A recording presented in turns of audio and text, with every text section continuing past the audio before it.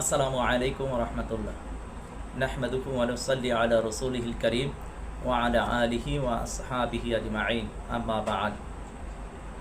আমাদের আজকের আলোচনার বিষয়বস্তু হচ্ছে বর্তমান সময়ের আলেমদের ব্যাপারে হাদিস কি বলে, শুনলে গা শিহরে উঠবে কিন্তু কেন।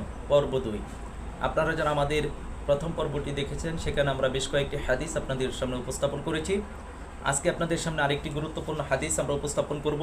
আমার হাতে আপনারা যে কিতাবটি দেখতেছেন সেটি হচ্ছে, কিতাবের নাম হচ্ছে আসসুনান ওয়ারিদাতু ফিল ফিতান, বাংলা করা হয়েছে ধেয়ে আসছে ফিতনা নামক কিতাবটি আপনারা মার্কেটে পাবেন। কিতাবের মূল লেখক হচ্ছে ইমাম আবু আমর উসমান আদ-দানি রহমতুল্লাহ। ওনার লিখিত কিতাবের 236 নম্বর হাদিসটি স্ক্রিনে আপনারা দেখেন, যেখানে আলী রাদিয়াল্লাহু তাআলা আনহু বলেন, অচিরেই মানুষের মাঝে এমন এক যুগ আসবে যখন ইসলামের নাম ব্যতীত তার কোনো অস্তিত্ব থাকবে না, কোরআনের অক্ষর ব্যতীত আর কিছুই অবশিষ্ট থাকবে না। সেই সময় মসজিদগুলোকে আবাদ হবে, তবে তা হেদায়েত থেকে শূন্য হবে। আলেমগণ হবে আসমানের নিচে সর্বনিকৃষ্ট, তাদের থেকেই ফিতনার উদ্ভব হবে এবং তাদের দিকেই তা ফিরে যাবে, অর্থাৎ তাদেরকেই সেই ফিতনা গ্রাস করবে। একটু ভেবে দেখেন এর বাস্তবায়ন কি আজকের সমাজে আমরা দেখতে পাচ্ছি কিনা। এই হাদিসটি হুবহুব আমাদের সমাজে আজকে বাস্তবায়ন হচ্ছে। কোরআন এর আইন শুধু কাগজেই আছে, আসলে বাস্তব নাই। আল্লাহর দেওয়া বিধান কি বাস্তবায়ন আছে? চুরি করলে হাত কাটতে হবে, জেনা করলে রজমের শাস্তি দিতে হবে, দোররা মারতে হবে, মদ্যপান করলে অপবাদ বুহতানের শাস্তি হচ্ছে দোররা মারা, এগুলো কি আজকে সমাজে আছে? কেউ যদি আল্লাহর কোরআনের আইন বাস্তবায়ন করতে চায় তখনই তাকে টেরোরিস্ট, জঙ্গি, সন্ত্রাসী বলা হয়। এরপরে আপনার মসজিদগুলো আজকে চাকচিক্য হয়ে গেছে, সেখানে হেদায়েতের আলোচনা করা হয় না। নামে মাত্র মুসল্লিরা যায় ঠিকই, কিন্তু সেখান থেকে হেদায়েতের আলোচনা আসে না। ইমামরাও খুব কম সংখ্যক আছে হেদায়েতপূর্ণ আলোচনা করেন। আলেমগণ হবে আসমান নিচে সবচেয়ে নিকৃষ্ট। আজকে এই আলেমদের ব্যাপারে আমরা বেশ কিছু আলোচনা আপনাদের সামনে করেছি। গত পর্বে আমরা বেশ কয়েকটি হাদিস দেখিয়েছি, ঠিক একই হাদিস আপনাদের সামনে আমরা আলোচনা করেছি যে এই হাদিসটা কিন্তু আজিফাতিল আজিফা গ্রন্থের মধ্যেও রয়েছে। যেমন আমার হাতে যে কিতাবটা আপনারা দেখতেছেন, আজিফাতিল আজিফা গ্রন্থের মধ্যে 59 নম্বর হাদিসের মধ্যে ঠিক একই হাদিসটা কিন্তু আনা হয়েছে। এছাড়া আরেকটি হাদিস আমরা যদি বলি যে হযরত আবু যর রাদিয়াল্লাহু তাআলা আনহু থেকে বর্ণিত, তিনি বলেন, আমি রাসূল সাল্লাল্লাহু আলাইহি সাল্লামের নিকট একদিন উপস্থিত ছিলাম এবং আমি তাকে সাল্লাল্লাহু আলাইহি সাল্লামকে বলতে শুনেছি, এমন কিছু রয়েছে যেটির ব্যাপারে আমি আমার উম্মতের জন্য দাজ্জালের অপেক্ষাও অধিক ভয় করি। তখন আমি ভীত হয়ে পড়লাম, তাই আমি বললাম, হে আল্লাহ রাসূল সাল্লাল্লাহু আলাইহি সাল্লাম, এটি কোন জিনিস যার ব্যাপারে আপনি আপনার উম্মতের জন্য দাজ্জালের চাইতে অধিক ভয় করেন? তিনি সাল্লাল্লাহু আলাইহি সাল্লাম বললেন, প্রথভ্রষ্ট আলেমগণ। এখানে দেখেন আল্লাহ রাসূল সাল্লাল্লাহু আলাইহি সাল্লাম প্রথভ্রষ্ট আলেমদেরকে কত ভয় করেছেন। তাদেরকে দাজ্জালের ফিতনার চাইতেও তাদের ফিতনাকে বলা হয়েছে। ফিতনাতুদ দুহাইমিয়ার অধ্যায়টা আপনারা পড়ে দেখবেন, ফিতনাতুদ দুহাইমিয়াটা আসলে কি। এই আলেমদের ফিতনা, যারা প্রথভ্রষ্ট, যারা জাতিকে গুমরাহির দিকে নিয়ে যাচ্ছে, এজন্য আল্লাহ রাসূল সাল্লাল্লাহু আলাইহি সাল্লাম এদের ব্যাপারে ভয় করেছেন। কেন? কারণ তাদেরকে তো মানুষ ফলো করে, একটা মসজিদকে কন্ট্রোল করে, একটা সমাজকে কন্ট্রোল করে, অথচ তারাই যখন গুমরাহ হয়ে যায় তখন কি উপায় হয়? এই কারণে হাদিসের মধ্যে আসছে যে শেষ জামানায় মিথ্যাবাদী আলেম বৃদ্ধি পাবে, তারা ইসলাম ধর্মকে মৃত্যুর দুয়ারে নিয়ে যাবে। তখন ওমর রাদিয়াল্লাহু তাআলা আনহুর বংশ থেকে এক দুর্বল বালক ইসলামকে জিন্দা করবে। আজিফাতিল আজিফা গ্রন্থের 64 নম্বর হাদিস এবং 74 নম্বর হাদিস, দুইটা হাদিস পড়ে দেখবেন কত সুন্দর করে বলা হয়েছে। আবু দারদা রাদিয়াল্লাহু তাআলা আনহু থেকে বর্ণিত, আল্লাহ রাসূল সাল্লাল্লাহু আলাইহি সাল্লাম বললেন যে যখন আলেমরা হক কথা বলা ছেড়ে দিবে তখন তাদের উপর 3টা শাস্তি নাজিল হবে। 1 নম্বর শাস্তি হচ্ছে ইয়াউরাদুনা বিইখতিলাফিন বাইনাহুম, তারা তাদের মধ্যকার মতভেদের কারণে একে অপরের বিরুদ্ধে অবস্থান নিবে। ইউসাল্লাতু আলাইহিম সুলতানান জাইরা, তাদের উপর স্বৈরশাসকদেরকে চাপিয়ে দেওয়া হবে। ইউলামুনা বিআদাইল খারিজিয়া, তারা বহিরাগত শত্রুদের দ্বারা আক্রান্ত হবে। সাহাবীরা বললেন, ইয়া রাসূলুল্লাহ, এই অবস্থা থেকে বাঁচার পথ কি? কতদিন এই অবস্থা চলবে? আল্লাহ রাসূল বললেন, যতদিন না তাদের মাঝে আমার সম্মানিত আমিরদের মধ্য থেকে কোনো একজন আমিরের আত্মপ্রকাশ না ঘটে।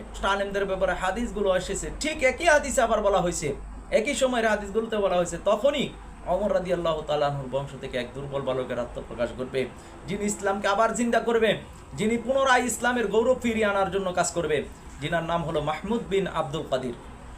তার নাম মাহমুদ, তার বাবার নাম আব্দুল কাদের, তার মার নাম সাহারা। তিনি শারীরিকভাবে দুর্বল। আমরা আপনাদের সামনে হাদিস দিয়ে এইগুলো আলোচনা করেছি।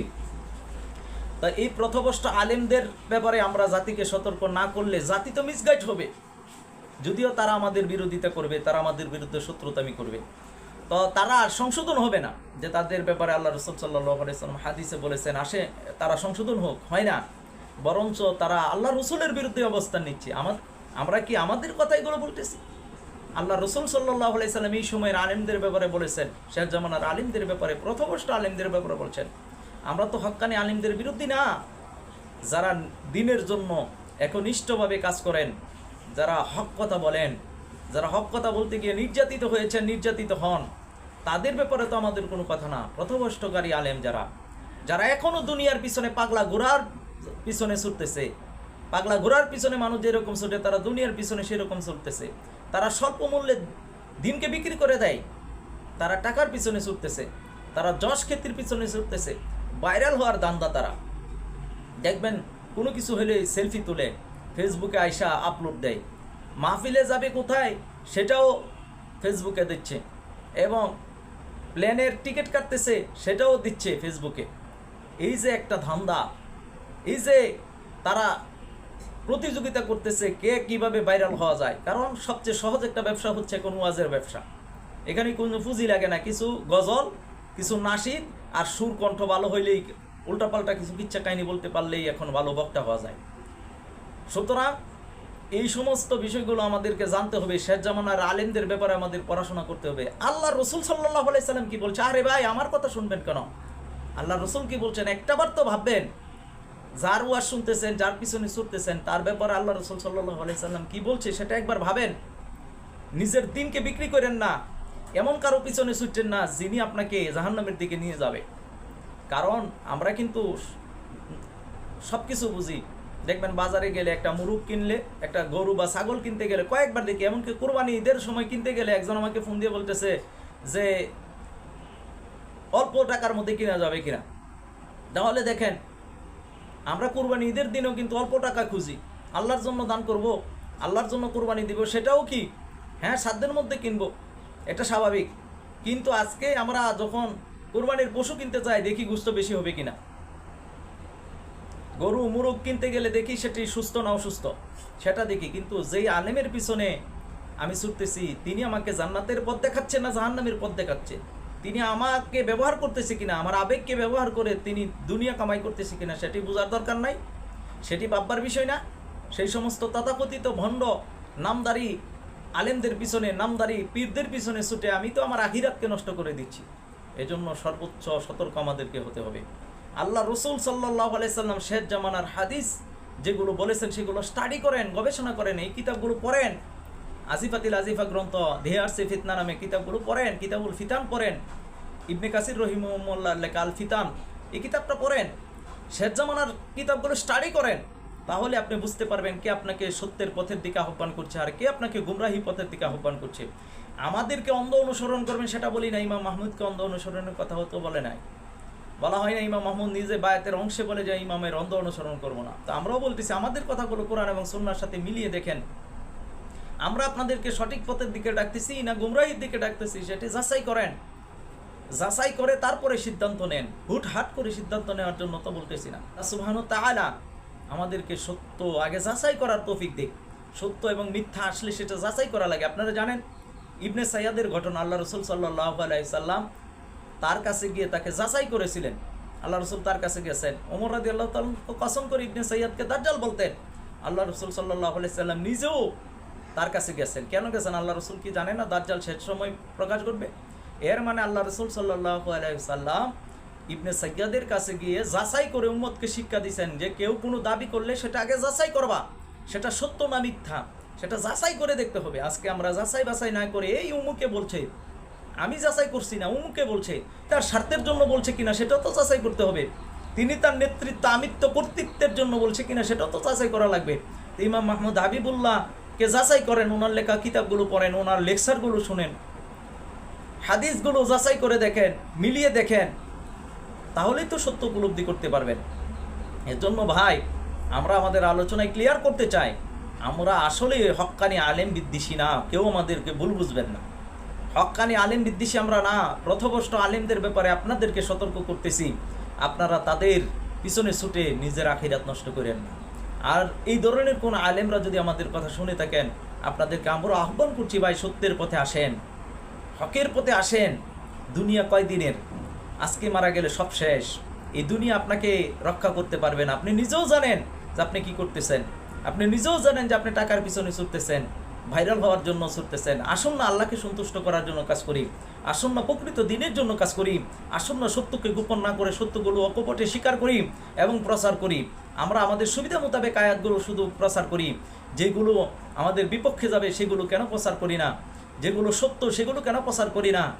যদিও হক প্রচার করতে গেলে বাধা তো আসবেই, এটা তো সুন্নাত। পয়গম্বরগণের উপর নির্যাতন এসেছেন, সাহাবাই কেরামের উপর নির্যাতন এসেছেন, ইমামগণদের উপরে নির্যাতন এসেছেন। সুতরাং এখনও যদি হকের কথা বলেন, সত্যের পথে চলেন, তাহলে নির্যাতন আসবে, এটা তো সাময়িক। আখিরাতের কথা চিন্তা করিয়া আলেমদের উপর নির্যাতন আসলেও আলেমদেরকে সত্য কথা বলতেই হবে, সত্য প্রচার করতেই হবে, এটি এদের উপর অর্পিত দায়িত্ব। আর যদি সে তার দায়িত্বর ব্যাপারে গাফেল থাকে, আল্লাহ তাআলার দরবারে অবশ্যই জবাবদিহি করতে হবে। তা আমাকে কেউ ভুল বুঝবেন না, আপনাদেরকে সতর্ক করার জন্য আমি শুধু এই কথাগুলো বলে যাচ্ছি। এই হাদিসগুলো আপনারা নিজেরা স্টাডি করেন, নিজেরা পড়াশোনা করেন এবং নিজেরা সতর্ক হন। আল্লাহ সুবহানাহু ওয়া তাআলা আমাদেরকে সতর্ক হওয়ার তৌফিক দান করুন। আমিন ইয়া রাব্বাল আলামিন।